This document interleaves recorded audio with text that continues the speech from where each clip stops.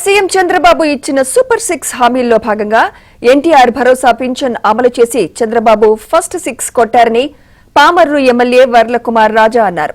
కృష్ణా జిల్లా మండల కేంద్రమైన మువ్వె గ్రామంలో 14వ ఆర్థిక సంఘం నిధులతో black public health unit Bhavan నిర్మాణ పనులకు ఎమ్మెల్యే వర్లకుమార్ రాజా భూమి పూజ నిర్వహించి శంకుస్థాపన చేశారు. ఈ భవనాన్ని దాదాపు 50 లక్షల రూపాయలతో నిర్మిస్తున్నారు. ప్రజల ఆకాంక్షలకు అనుగుణంగానే కూటమి ప్రభుత్వం పనిచేస్తుందని ఎమ్మెల్యే అన్నారు.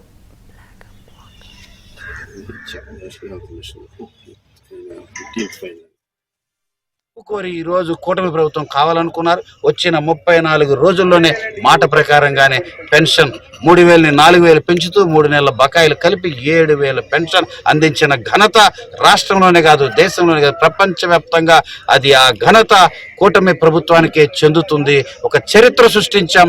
12 గంటల లోపులోనే 1వ తారీఖున 7,000 పెన్షన్ ఇచ్చిన ఘనత ప్రపంచంలోనే ఒక చరిత్ర తిరగరాసే శ్రీకారం చుట్టాం ఈ తెలుగుదేశం కూటమి ప్రభుత్వం తెలియజేసి. అంతేకాదు డిఎస్సి అన్నారు, నోటిఫికేషన్ అన్నాం, మాట ప్రకారంగానే నోటిఫికేషన్ కాల్ఫర్ చేసాం. ఉచిత ఇసుక అన్నాం, ఈ రోజు నుంచే నాంది పలికాం. అన్నదాతలు అలవలక్షణ ఏడుస్తున్నారు.